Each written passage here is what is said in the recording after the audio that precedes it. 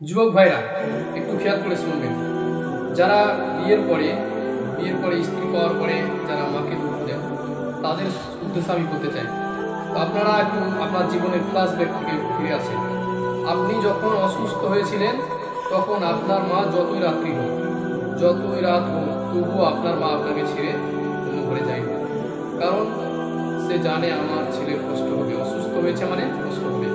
তো আপনারা যে যুবক ভাইরা বিয়ের পরে ওই মাকে আপনি কষ্ট দিচ্ছেন, মায়ের এবং বাবার সম্মানকে আল্লাহ নিয়ে যেতে যেতে যেতে যেতে সে নিজের কাছে নিয়ে চলে গেছেন, নিজের সম্মানের কাছে নিয়ে চলে গেছেন, পিতা মাতার সম্মান।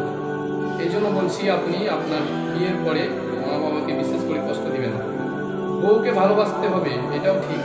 এমন নয় যে বউকে ভালোবাসতে হবে না, মায়ের জন্য বউকে ছেড়ে দিতে হবে, এটা নয়। বউকেও ভালোবাসতে হবে।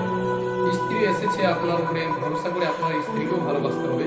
তবে স্ত্রীর মর্যাদা স্ত্রীর কাছে, পিতামাতার মর্যাদা পিতামাতার কাছে। এই জন্য বিশেষ করে বিয়ে হওয়ার পরে মা বাবাকে ভুলে যাবেন না, মাকে দূর করে দেওয়া যাবে না। হ্যাঁ, মুখে বলছেন আমি মাকে ভালোবাসি, কিন্তু স্ত্রীর কথা শুনে মায়ের এবং বাবার অবাধ্যতা হয়ে চলছে, এটা ঠিক নয়। বিশেষ করে স্ত্রীর জন্য মা বাবাকে ছেড়ে দিতে হবে না, এবং মা বাবার কথা শুনেও স্ত্রীকে ছেড়ে দিতে হয় না। দুইজনকে মানিয়ে নিয়ে থাকতে হবে।